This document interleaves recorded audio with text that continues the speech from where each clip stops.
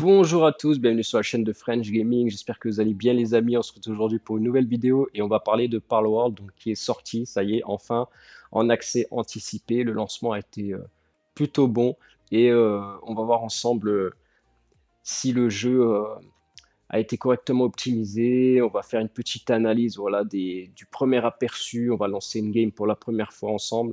Et alors, on va pas s'éterniser des vidéos. Il y en a des millions sur YouTube. J'ai halluciné quand j'ai vu toutes les vidéos qu'il y avait sur ce jeu. C'était incroyable.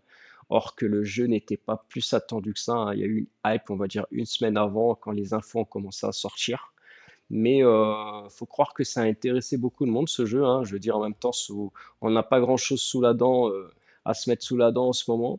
Mais bien sûr, pour les fans des jeux, on a tous, quasiment tous joué à Pokémon quand on était plus petit. Ce, ce jeu-là, je pense, met une grosse claque à Nintendo parce que du coup, Nintendo, là, ils vont devoir se bouger les fesses pour nous sortir un vrai Pokémon. Bah, du coup, à monde ouvert et puis proposer ce que Palworld propose actuellement, c'est ce que Nintendo aurait déjà dû proposer depuis bien longtemps, je pense. Mais c'est un peu comme tout, hein, quand il n'y a pas de concurrence, ben, les marques, elles dorment. Voilà. Donc, c'est pas plus mal. Ça fera peut-être bouger un petit peu les choses du côté de Nintendo pour la suite. Et on va voir tout de suite ça ensemble. Alors, on va lancer le jeu. Donc, alors, attendez, deux petites secondes. Olé, voilà, c'est bon. Allez, c'est parti, les amis. Alors, je connecte ma manette. Donc là, on est sur PC. Je joue quasiment tout le temps avec ma manette, en fait, hein. Alors, c'est parti. On lance le jeu. Donc, j'ai pu remarquer que le jeu se lançait très vite. Là, il a fallu quasiment 3 secondes. Donc, je pense qu'après, ça dépend aussi des SSD, de plein de choses. Mais déjà, le jeu est très léger. Il pèse pas lourd. Je crois qu'il est dans les 16 ou 18 gigas. Il me semble, si je dis pas de bêtises. Le jeu se lance en quasiment 3 secondes. Donc là, on est sur une version 0.1.0.0. On est sur une version du Game Pass. Il me semble que sur Steam, les mises à jour sont en avance, à confirmer. Euh, on a plus de possibilités de modifier les fichiers quand on passe sur Steam aussi. Quand on joue au jeu Game Pass et Microsoft, c'est très chiffré, les clés sont très sécurisées, c'est très compliqué d'accéder aux fichiers des jeux. Et j'ai voulu essayer en plusieurs résolutions. Et alors, ça fonctionne. Le problème, c'est qu'on n'arrive pas à mettre en grand écran. C'est-à-dire que si je passe de 4K en 2K, par exemple, je vais passer de la 4K en 1440p, je vais me retrouver avec une fenêtre beaucoup plus petite. Alors, je vais être en 1440p, mais je ne vais pas être en plein écran. Donc ça, je pense que c'est un petit bug. Ça arrivera sûrement avec les prochaines mises à jour. C'est le genre de bug que je remarquerai souvent sur des jeux en accès anticipé et souvent sur les jeux du Game Pass. Ça m'est déjà arrivé, c'est très rare, c'est peut-être 5% des jeux, mais ça m'est déjà arrivé, mais je pense qu'il y aura une mise à jour qui réglera le problème, parce que c'est toujours intéressant de pouvoir diminuer ses résolutions et pouvoir garder en grand écran, bien sûr. Euh, Surtout qu'en général, quand on passe de la 4K à du 1440p, en général, on double les performances. Donc, si vous êtes par exemple à 60 fps en ultra en 4K, si vous passez en 1440p, vous allez vous retrouver quasiment à 100-120 fps. Des fois plus, ça dépend du jeu, mais en général, ça double. Et c'est très intéressant sur des écrans 4K parce que euh, entre 2160p et 1440p, il n'y a quasiment presque pas de différence à l'œil nu sur des écrans 4K avec un traitement d'image de bonne qualité. On, on voit très très peu la différence. Donc c'est très intéressant dans le sens où quand on n'a pas forcément une carte graphique très puissante, ou alors qu'on va plutôt vouloir privilégier les perfs plutôt que la qualité, on peut jouer comme ça en résolution et franchement ça se joue pas à grand chose, hein.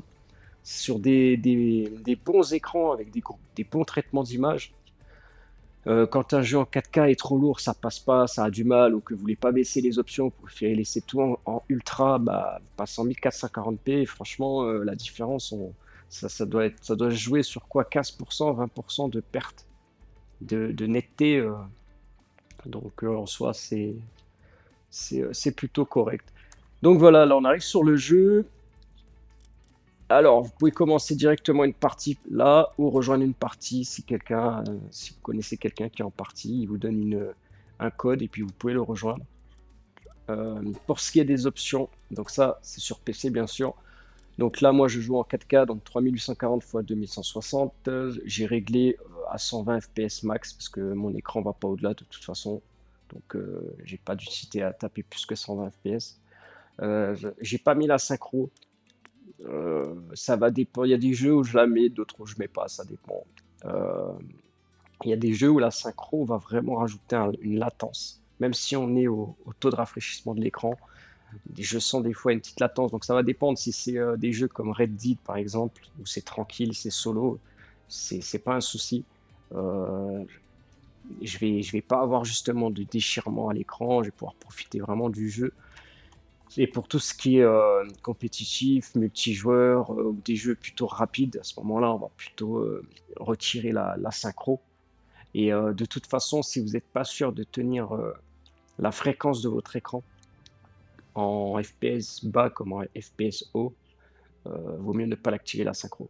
Parce que si par exemple vous passez de 120 à 119 ou à 118 tout le long du jeu, ça va être catastrophique, ça va faire des décalages. Que si vous retirez la synchro, on va beaucoup moins les sentir. Donc il faut privilégier la synchro verticale quand vraiment, si votre écran c'est un 120 Hz, il faut vraiment que votre jeu tienne les 120 Hz, quoi. Voilà. Il n'y ait pas de ralentissement à ce niveau-là. Donc pour ce qui est des options, voilà, du grand classique, hein, anti-aliasing, on a du FXA, du TA, du TSR. Donc j'ai pu remarquer que le TA apportait une netteté d'image supérieure au TSR. Par contre, le TSR apportait un peu plus de qualité au niveau du rendu des lumières. Voilà. Et principalement au niveau du rendu des lumières HDR. Euh, voilà, distance d'affichage. Donc après, c'est du bas, moyen, élevé, maximum. Donc là, j'ai tout réglé sur maximum, texture, qualité des effets, ombre, voilà.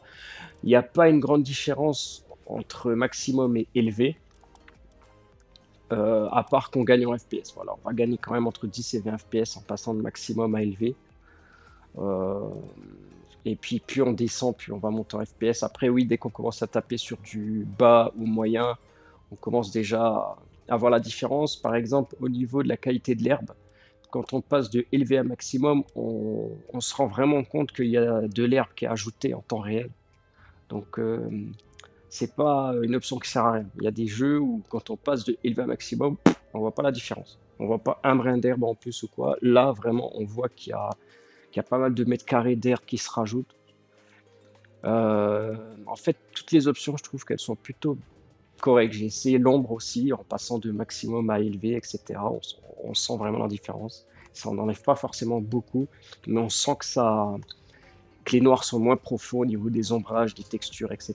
Donc à ce niveau-là, déjà, je trouve qu'ils ont fait un très beau boulot. Au niveau des options, on n'est pas sur des options superflues qui ne servent à rien et on n'est pas sur non plus 10 000 options. Voilà, il y en a 1, 2, 3, 4, 5, sans compter l'anti-aliasing. Et les 5 fonctionnent correctement. Voilà. Donc ça, c'est propre. Parce qu'il y a des jeux qui ont 10 millions d'options, franchement, c'est trop. Des fois, ça sert à rien. Des fois, il y a des options qui vont marcher mieux en moyen qu'en élevé. Voilà, ceux qui sont sur PC, je pense, connaissent très bien ça.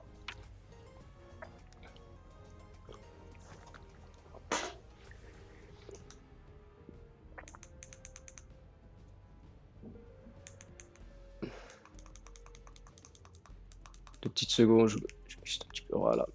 Donc voilà, et puis après, pour ce qui est du reste, hein, c'est du grand classique, hein, on va pas entrer, on va pas s'attarder dans tout ce qui est options, il n'y a rien de spécial. La manette est correctement prise en charge, et j'ai pas eu de souci à ce niveau-là. De toute façon, on va en parler. On va en parler quand on va commencer une partie. Donc là, je vais recréer une partie. Tac, confirmer. Donc quand vous arrivez là, vous avez le choix de mettre multijoueur ou pas. Voilà. Donc sûrement pour inviter du monde. Là, vous avez la possibilité de choisir la difficulté ou tout simplement de modifier tous les paramètres de difficulté. Donc là, par contre, il y a vraiment beaucoup d'options. Donc c'est plutôt bien pour ceux qui aiment vraiment peaufiner leur serveur, etc. Donc là, vous allez vraiment pouvoir modifier tout, que ce soit la vitesse d'écoulement des journées, les chances de capture, accélérer la restauration automatique de PV du jeu. Voilà, là, par contre, ils ont vraiment laissé le choix, un grand choix. Donc ça, c'est quand même très intéressant. Alors, on va mettre mode facile. Voilà, on va laisser en mode facile. Ok. Tac. Allez, c'est parti. On lance.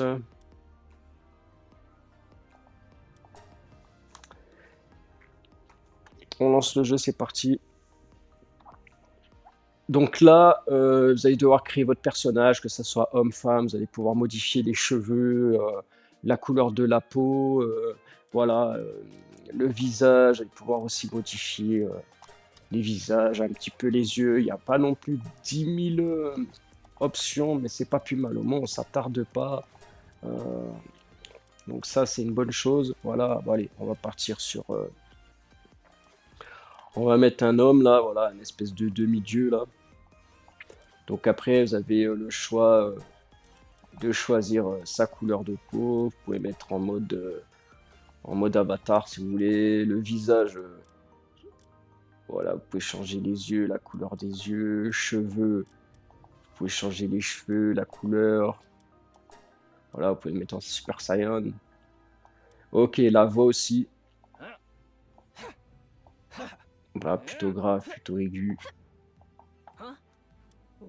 Allez, c'est parti. Et là, on commence une partie. Donc là, le jeu vous dit comme quoi que le personnage ne pourra plus être modifié une fois la partie lancée. La modification du personnage sera intégrée lors d'une prochaine mise à jour. Voilà. Donc par la suite, vous avez la possibilité de remodifier votre personnage ou de le changer peut-être. Donc voilà, voilà. Je pense que il y aura beaucoup d'améliorations apportées tout au long de l'année. Ce jeu est clairement encore en développement. Euh, et du peu que j'ai joué, que j'ai testé, euh, il est, c'est plutôt positif. Voilà, on va dire ça. Donc là, au début, il y a une petite cinématique. Donc moi, je perds pas de temps dans cette vidéo. Je vous dis tout ce que moi j'ai analysé, qui est bien, qui est pas bien. Je vous le dirai. Je vais faire en sorte que la vidéo ne dure pas non plus trop longtemps. Donc la première chose que j'ai remarqué quand je suis arrivé comme là dans le jeu la première fois, au début du jeu, après cette petite cinématique vraiment très courte, c'est que déjà toutes les traductions françaises sont faites. Donc ça, c'est magnifique. C'est un studio japonais. Les traductions sont parfaites quasiment. J'ai pas eu de souci à lire ou comprendre ce qui était écrit. Le jeu d'entrée vous explique ce que vous devez faire pas à pas. Donc une fois que vous avez réalisé un truc, c'est coché, ça va enchaîner. Et ensuite, l'aventure commence comme ça, continue et progressivement. Et puis à un moment donné, ça va commencer à se corser. Il y a une sauvegarde automatique qui est faite régulièrement. Tous les menus du jeu, donc c'est OK, sont en français, il n'y a pas de souci à ce niveau-là. Ici, vous avez le Pokédex, voilà, c'est vraiment un petit peu comme Pokémon. Ici, vous avez la possibilité d'avoir tous vos accessoires. Au début, vous allez devoir construire des pioches, vous allez devoir construire pas mal de choses pour pouvoir aller récupérer, que ce soit de la pierre, du bois, en mode survie, pour pouvoir justement vous aider à construire pas mal de choses, même des Pokéballs pour pouvoir attraper les pals, etc., etc. Il y a un mode jour-nuit. Suivant les paramètres de difficulté, le froid, vous devez gérer aussi le froid. Donc s'il a trop froid, il va falloir vous réchauffer avec du feu. Vous pouvez prendre feu aussi, donc il faudra faire attention à ça. Il va falloir aussi vous nourrir dans le jeu, parce qu'à un moment donné, il a faim, donc il faut le nourrir. Voilà. Alors, À la manette, en soi, sur PC, le mieux est d'utiliser un clavier et la manette. Pour ceux qui veulent jouer au jeu à la manette, je vous conseille quand même d'avoir un petit clavier à côté. Pas, vous n'en aurez pas forcément besoin, mais j'ai remarqué que par exemple, quand on rentre dans l'inventaire et qu'à un moment donné, notre joueur a besoin de se nourrir et qu'on n'a pas forcément de sac à dos, etc., c'est mieux de prendre là la petite souris, vous voyez, et cliquer droit sur de la bouffe. Et puis comme ça, vous pouvez faire utiliser. Et direct, il va le manger, vous allez reprendre la vie. Parce qu'à la manette, j'ai clairement pas trouvé la touche pour pouvoir le faire. Et vu que le jeu est encore, on va dire, en bêta avancée, là, par exemple, vous voyez, en bas de l'écran à gauche, il y a écrit construction, il faut appuyer sur B. Vous voyez, ça marquait B, mais alors attendez. Voilà, ça marquait B en gros, voilà, le clavier. Mais une fois qu'on est à la manette, ça vous dit pas toujours des fois les touches. Donc en fait, attendez. Voilà, c'était flèche du haut là. Donc ça, je pense que c'est un automatisme au bout de 1 mois de jeu. Je pense que votre cerveau aura compris toutes les touches, mais c'est pas toujours très clair. Des fois, il y a plusieurs choix à effectuer pour une action, et dans les petits cas, dans les petites cases, il n'y a pas toujours écrit les touches de la manette. Donc je pense que ça viendra aussi avec une future mise à jour. Euh, voilà, c'est pas dérangeant en soi, mais c'est un peu chiant quand même, quoi, on va dire, mais ça n'empêche pas de jouer. Donc voilà, là, vous commencez le jeu, vous arrivez ici. Voilà, vous arrivez ici. Donc à partir de là, en haut à droite, vous voyez, il vous explique que le bois de charpente s'obtient en ramassant des branches ou en secouant les arbres. Donc il va falloir vous ramasser du bois. Il vous demande d'appuyer sur la touche pour ouvrir le menu de construction et de sélectionner une établie de fortune. Il vous demande aussi d'ouvrir le menu et consulter le guide de survie. Donc par exemple, ça on va le faire ensemble. Donc je vais faire Start, Guild. Alors il demande quoi? C'est quoi qu'il demande? Ouvrir le menu et consulter le guide de survie dans l'onglet Options. Ok, donc là je vais dans Options, guide de survie. Voilà, c'est bon. Donc là vous voyez, ça a été validé, ça l'a pris tout de suite en compte. Et ensuite, ça va enchaîner comme ça tout le long du jeu. Pour ce qui est de l'optimisation du jeu, je la trouve pas mauvaise en soi. On est sur Unreal Engine 5, c'est plutôt beau. On a des effets de lumière quand même qui sont très bien réussis. Euh, on n'a pas, quasiment pas d'aliasing, en tout cas avec les options d'anti-aliasing activées, on n'en remarque quasiment aucune en résolution 4K, donc ça c'est quand même très très bien. Les textures, je trouve qu'elles ne sont pas non plus parfaites, ça va dépendre de où vous regardez. Euh, Au loin, il n'y a pas de souci. Dès qu'on s'approche un petit peu trop, ça va dépendre des textures. Il y en a qui sont nickel et il y en a d'autres où c'est vraiment pas terrible. Donc là, on va pas le remarquer forcément à cet endroit parce que là, c'est plutôt bien réussi. Donc je pense que ça dépend après des textures, si elles ont été encodées en haute résolution ou pas. Et je pense que elles n'ont pas toutes été codées en haute résolution. Donc là, elles ont été codées sûrement en résolution sûrement 4K, 8K ou plus. Donc là, c'est nickel. Même en étant très près, on voit quasiment aucun défaut de texture. C'est net, ça part pas en pixels ou quoi. Mais il y aura certains endroits où on va le remarquer. Donc c'est sûrement des endroits qui n'ont pas été correctement texturés, ou ça n'a pas encore été, c'est pas terminé, ou alors ils n'ont pas utilisé des résolutions assez élevées. Voilà. Mais en soi, au niveau des graphismes, le jeu est plutôt bon. Voilà, il y a mieux, hein, il y a mieux, il y a déjà eu mieux, mais c'est pas mauvais. Franchement, c'est pas mauvais. Les pals sont plutôt bien faits. On va aller les voir tout de suite. Regardez.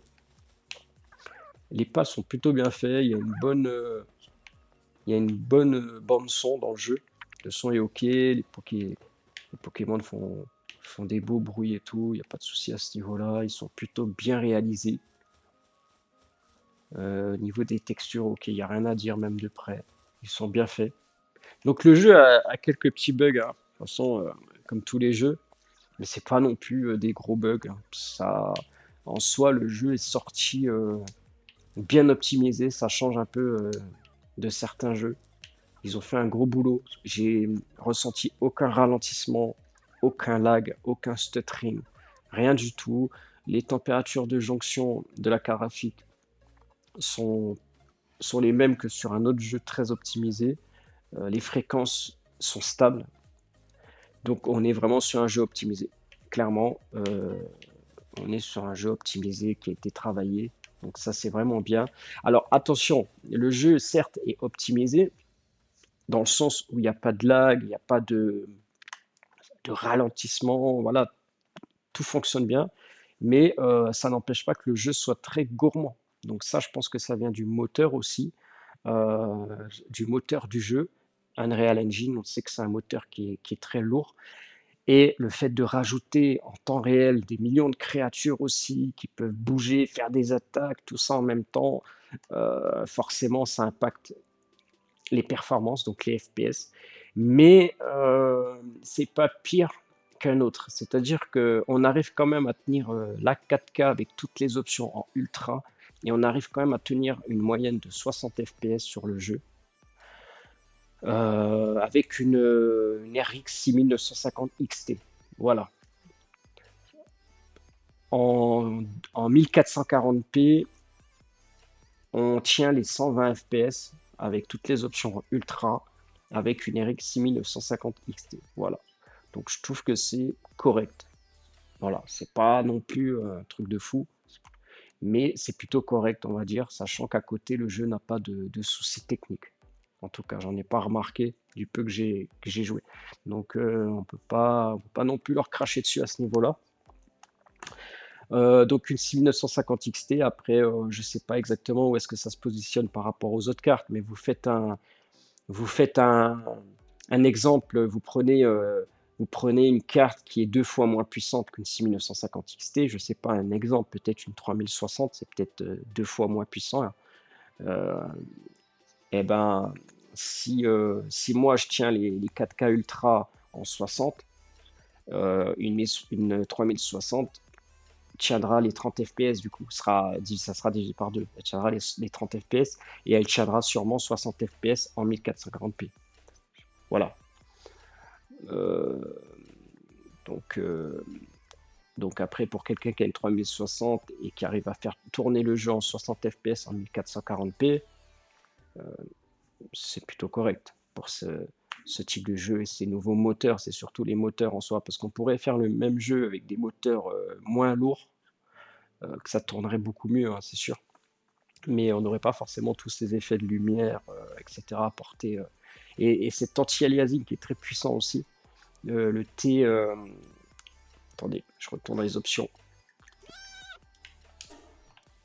Graphisme. Donc c'est le TSR en fait. Ça me fait penser à l'anti-aliasing de Fortnite avec Lumen et tout là. Donc c'est un anti-aliasing récent qui est très puissant et qui apporte vraiment une belle gestion des lumières et en même temps sans forcément perdre en performance en fait. C'est surtout ça, sa particularité. Et on a beaucoup beaucoup moins d'effets escaliers dans les jeux, c'est beaucoup plus lisse. Alors après ça va dépendre, hein, il y a plusieurs types de TSR, hein, comme dans Fortnite, on a localité, performance, voilà, ça va. Là, on en a qu'un. Et j'ai pas forcément remarqué un gros impact sur les FPS en tout cas. Que sur Fortnite, on peut monter le TSR en très très haute qualité et ça peut vachement impacter les FPS par contre. Voilà pour ce qui est de cette analyse de départ. Donc après, l'environnement en soi, l'environnement, c'est sympathique, voilà. Moi, je dis que c'est sympathique, c'est le genre de jeu, voilà, tu te prends pas la tête, tu passes un bon petit moment avec tes Pokémon, tu fais deux trois bagarres, tu vas en capturer deux trois, tu visites un petit peu les îles, tu suis un petit peu ce que eux te demandent de faire. Ça, je trouve que c'est plutôt pas mal parce que quand j'ai commencé le jeu, j'ai vraiment suivi tout ce qu'ils me disaient. Donc, au fur et à mesure, ils vous apprennent à créer une pioche, à créer du feu, etc. Et puis à un moment donné, il commence à nous demander des choses un peu plus compliquées. On voit que ça va prendre plus de temps, qu'il va falloir aller travailler. Et, euh, et ensuite, c'est là que l'aventure finalement commence, puisqu'on va commencer à vous expliquer comment faire travailler vos pals après les avoir capturés. On va vous demander d'en capturer un certain nombre. Donc en fait, c'est très progressif à ce niveau-là. Je pense qu'il y a eu enfin, il y a eu un bon travail réalisé à ce niveau-là. Donc même si le jeu en soi n'est pas parfait, certes, on peut s'ennuyer dans le sens où il n'y a pas énormément de vie autour de nous. Ça peut être assez calme. Mais à côté de ça, l'histoire a été quand même bien travaillée. C'est un jeu, on va dire, très reposant. Vraiment, j'ai ressenti aucun stress sur le jeu. C'est vrai que c'est un jeu qui est très reposant, tranquille. Donc ça change un peu. Ça change un peu. Et donc là, c'est le début, donc on ne le verra pas. Mais quand vous allez commencer à vouloir attraper les pals et tout, euh, vous allez avoir besoin de boules, hein, un peu comme les Pokéballs. Et vous allez devoir les attraper au bon moment après les avoir un petit peu achevés comme sur Pokémon. Et je trouve que comment dire ça, la sensation est très bonne. Quand on veut attraper les Pokéballs et tout, il y a un petit timing à respecter et tout. Il y a un petit truc quand même. Ce jeu fait un petit truc. Ce petit truc que Pokémon me faisait au tout début quand je jouais au Pokémon pour les premières fois. Alors, je sais plus j'avais quel âge, hein, j'étais petit, hein. Bah, ça m'a refait ce petit truc. Voilà. Donc c'est sympa, c'est cool. Je pense que ce jeu-là a un très grand avenir. Euh, il a un très grand avenir. On en reparlera l'année prochaine, après toutes les mises à jour qu'il y aura eu toute cette année, parce que le jeu officiel doit sortir l'année prochaine, le jeu on va dire terminé. Donc voilà, vous êtes libre, vous pouvez sauter, vous pouvez faire un peu tout ce que vous voulez. L'eau, elle est belle. Donc graphiquement, ouais, c'est plutôt joli quand même en 4K, en tout cas sur mon écran. Donc là, vous verrez peut-être pas la qualité à 100% puisque j'encode en 1080. Mais c'est plutôt beau. C'est vrai que le paysage est plutôt bien réalisé. La profondeur de champ, elle est bien. Elle est très très bien gérée, sans impacter le flou au niveau de près. Donc non, ils ont fait un bon boulot les mecs. On a ces petits effets de soleil ici. On a des changements de lumière qui se font tout le long, que ça soit entre le jour-nuit, le crépuscule, tout ça. Il y a des effets de lumière qui sont plutôt très très jolis en HDR. On a comme là, on voit que ça s'assombrit, vous voyez. Dès qu'on arrive un peu sur de la forêt et tout, ça s'assombrit. Des fois, ça fait ce petit effet un peu comme en vrai. Vous savez, quand on arrive dans une forêt près de la rivière, on sent un peu le froid comme ça, il y a l'ombre. Bah, à certains moments, c'est ce qui se passe.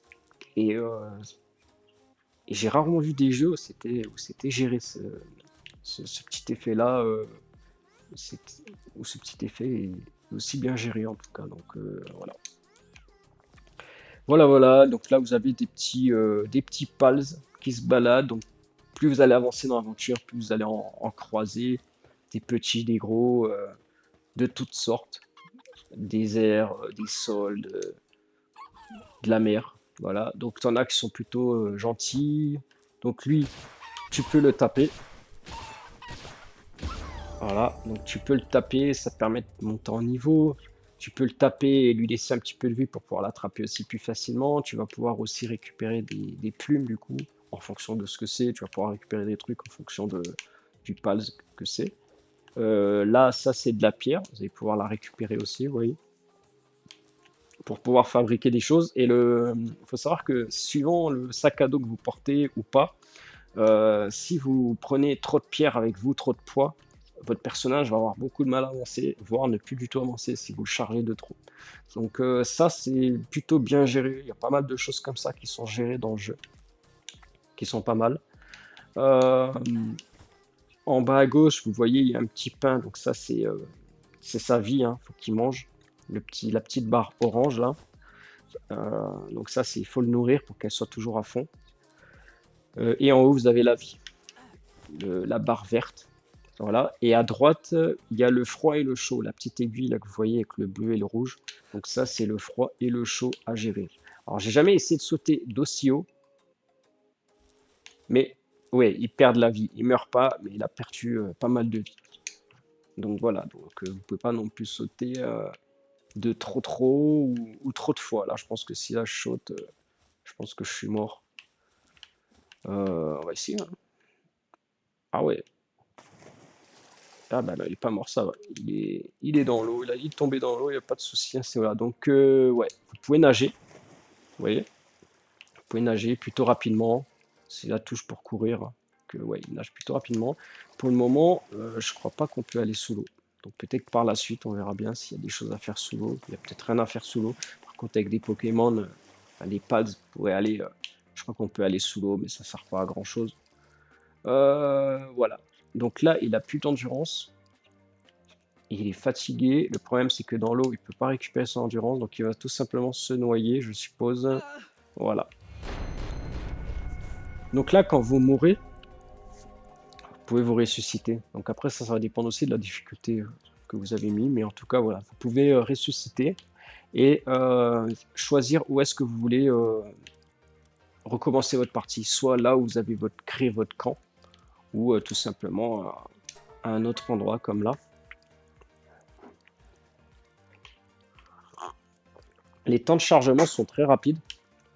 Au niveau de la manette, c'est très réactif, ça fonctionne bien, il n'y a pas de souci au niveau des menus et tout. On voit que ça a été étudié pour la manette, même dans les options. Je peux rentrer vraiment dans les options sans problème et aller me balader, faire ce que j'ai à faire. C'est plutôt bien, c'est surtout au niveau des actions à faire dans le jeu où il y a des petits soucis encore. Voilà, voilà. Donc après, voilà, hein, graphiquement, c'est plutôt bien réussi. Le personnage aussi est très beau. Le graphisme en général est bon. La profondeur de champ, comme je vous ai expliqué. Voilà, tout est très très bien fait. Donc sur ça, j'ai pas grand-chose à dire, hein. C'est pas non plus un truc de fou, mais c'est équilibré, voilà, c'est très équilibré. Et franchement, j'ai aucun lag, aucun ralentissement, aucun souci. Donc là, il y a un mec. Vous allez croiser des fois des gens comme ça. Ils peuvent des fois vous vendre des choses, vous raconter des choses. Lui, voilà, il raconte juste quelque chose, c'est tout. Ah, il vous a donné, il a pris, ok, il a donné de la laine, je crois. Au passage, bon, voilà. Alors, moi, je trouve que ça peut être assez vide à certains endroits. Ça peut être assez vide à certains endroits. Euh, mais je pense que plus on avance dans le jeu et plus tout simplement il y a de monde et tout. Euh, alors moi, perso, je préfère jouer en 1400, en fait, parce qu'en fait, regardez, je sais pas si c'est le fait que ça soit sur le Game Pass ou si c'est un bug du jeu, mais déjà, on peut pas quitter le jeu. Y a pas quand on revient au menu et qu'on peut quitter le jeu, il n'y a pas une touche pour quitter le jeu. Ça, on est obligé de quitter le jeu en mode Windows et fermer la fenêtre, quoi. Donc ça aussi, il faudrait peut-être qu'il rajoute un truc. Et si par exemple je veux changer de résolution, déjà que je suis obligé de passer en fenêtré et, euh, et ensuite descendre la résolution. Le problème, voilà, c'est que ça met la fenêtre comme ça. Alors là, je suis bien en 1440p. Alors attendez, je vais essayer de remettre.